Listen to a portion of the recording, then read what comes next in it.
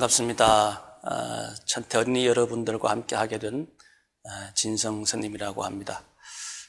여러분들과 함께 저는 우리가 그동안에 법회를 보면서 3교일에부터 사홍소원에 이르기까지 여러 법회 의식을 하게 되는데요. 그 뜻과 내용을 잘 모르고서 하게 되는 경우가 대부분입니다. 그래서 여러분들과 함께 법회 의식과 관련된 이야기로 여러분들께 설명을 드리도록 하겠습니다. 법회 의식의 첫 번째인 3교일에 대한 이야기를 오늘 시작하겠는데요. 아마 이번 시간에는 다 되게 힘들 것 같고 이번 시간과 다음 시간에 걸쳐서 여러분들께 3교일에 대한 이야기를 하도록 하겠습니다. 이 3교일에 이 세 가지라는 얘기죠. 바로 여러분들이 잘 아시는 불, 그리고 법, 그리고 승이 되겠습니다. 불교에서 세 가지 보물이 있다 그러죠. 그 세 가지 보물은 바로 불, 부처님, 법, 그러니까 부처님의 가르침이 되겠습니다. 다시 말하면 진리다 이렇게 얘기도 하겠는데요. 그리고 불법을 닦고 실천하는 스님들 이렇게 해서 불법, 승, 삼보님께 귀의한다 이렇게 되겠습니다. 불법성에 대한 이야기는 이제 뒤로 미루고요. 일단은 귀에 대한 이야기를 한번 해보겠습니다. 귀자는 돌아갈 귀자이고요. 한문으로 얘기하면 그렇습니다. 의자는 의지할 의자가 되겠습니다. 돌아가서 의지하다라는 얘기가 되겠는데요. 돌아간다는 얘기는 다른 말로 표현을 하게 되면 본래 내가 있었던 곳이 있었다라는 얘기가 되겠죠. 본래 있었던 곳에서 벗어났다는 얘기가 됩니다. 이 부처님께서는 우리 중생들의 삶이 또는 이 세상이 본래는 아주 청정하고 고요하고 맑은 세상이다라고 얘기를 합니다. 그런데 우리가 그런 본래의 어떤 청정함을 탐진치, 그러니까 탐내고 욕심내고 성질내고 어리석음으로 인해 가지고 또는 오욕락이라고 그러죠. 이 5가지 욕심에 의해서 본래 청정하고 맑은 마음이 혼탁해졌다라고 이야기를 하게 됩니다. 여러분들 아마 그 법화경에 나오는 이 장자궁자의 비유를 여러분들이 아마 이 이야기를 들으셨을 겁니다. 간단하게 여러분들께 말씀을 드리면 장자, 그러니까 이 장자는 단순히 부자가 아니에요. 흔히 그냥 부자다 생각하기 쉬운데 그냥 부자가 아니라 복도 갖추고 덕도 갖추고 지혜도 갖추고 그리고 돈도 많은 그런 사람을, 그런 훌륭한 인격을 장자다 이렇게 얘기를 합니다. 그 장자인 아들이 하나 있었는데 이 아들이 어릴 때 집을 나가버리죠. 집을 나가서 온 사방천지를 다 헤매면서 거지 노릇을 하게 됩니다. 그래서 돈을 먹을 것을 양식을 빌어서 먹고 하면서 떠들면서 다니는 어떤 그런 거지의 삶을 살다가 본인이 어디서 나왔는지 누구의 아들인지 어디가 본인 집인지도 모르는 그런 삶을 오랫동안 살았더랬습니다. 그러다가 우연히 본인이 살던 그 장자의 집으로 가게 되죠. 그 장자의 집은 워낙 부유한 집이라서 이 세상을 다 사고도 남는 그런 큰 집이 있었습니다. 그 대궐 같은 그런 집이라서 두려움에 떨면서 지나가려고 하던 차에 그 집에서 이 장자의, 그 집에서 아들의 아버지 장자가 아들을 발견하게 됩니다.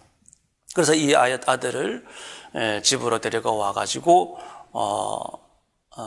이 아들이 드디어 본인이 살던 집을 발견하게 되지만 이 아이는 본인이 살던 집인 줄을 모르죠. 그러나 그 집에 살던 장자는 멀리서 지나가는 그 거지가 본인의 아들임을 알아차립니다.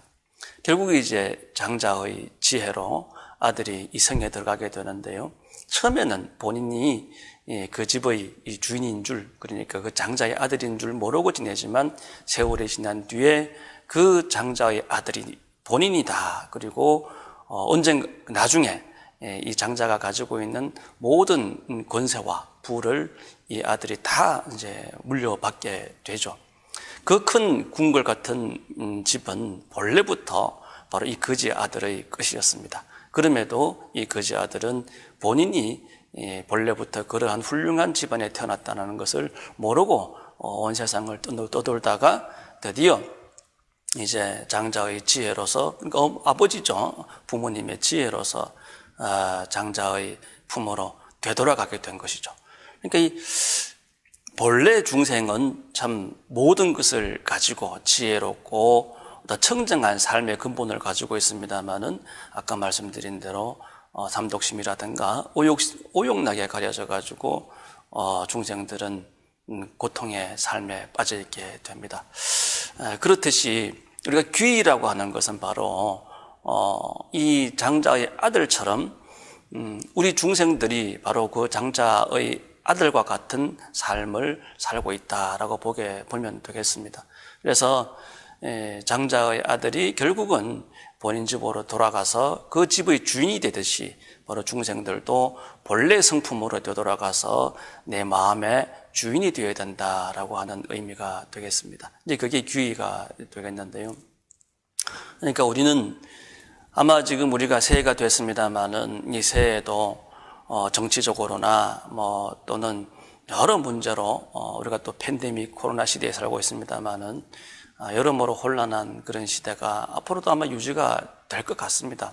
수많은 변화와 또 갈등의 요소들이 있습니다만은 우리 어린 불자들은 부처님 법에 의지하고 그리고 여러분 스스로 자신의 어떤 그 본래부터 맑고 청정했던 그 맑은 본성에 의지해 가지고 세상의 어떤 변화에 휘둘리지 말아야 되겠다는 것입니다.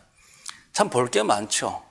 들을 것도 많고 먹고 싶은 것도 많고 수많은 유혹거리들이 많습니다. 바로 거지 아들이 온 세상을 헤맸던 것처럼 많은 중생들은 그런 것들로부터 우리가 헤매고 있습니다.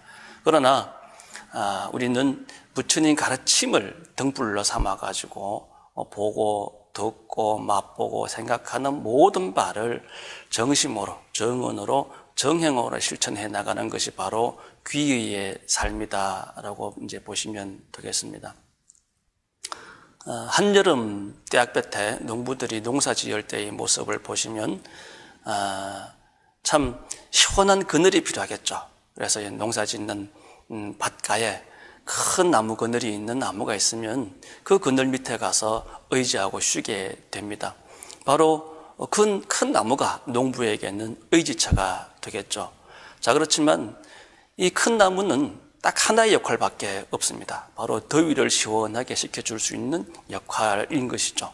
그렇지만 부처님이라고 하는 존재는 바로 중생이 겪고 있는 모든 슬픔, 괴로움, 그리고 탐내고 성내고 어리석은 모든 고통을 쉬어갈 수 있는 곳이 바로 부처님 법입니다. 그래서 어린이 불자 여러분들께서도 바로 부처님 법에 귀의해야 됩니다. 부처님 법에 돌아가서 의지하는 삶이 바로 이제 귀의가 되겠습니다. 그래서 부처님과 부처님의 가르침, 법이라 그랬죠. 법, 그리고 스님들, 이 삼보의 가르침에 여러분들이 믿고 의지해야 되는 것입니다. 앞서 말씀드린 대로 세상은 참 순식간에 급변하고 있고 많은 변화가 있습니다. 이럴 때일수록 불법성 삼보에게 귀의하고 불법성 삼보의 가르침으로 살아가는 모습이 중요하다고 생각됩니다. 자, 오늘은 이곳으로서 불법성 삼보에 귀의하는 귀의에 대한 얘기를 간단히 말씀을 드렸고요. 다음 시간에는 불법성에 대한 이야기를 이어가도록 하겠습니다. 감사합니다.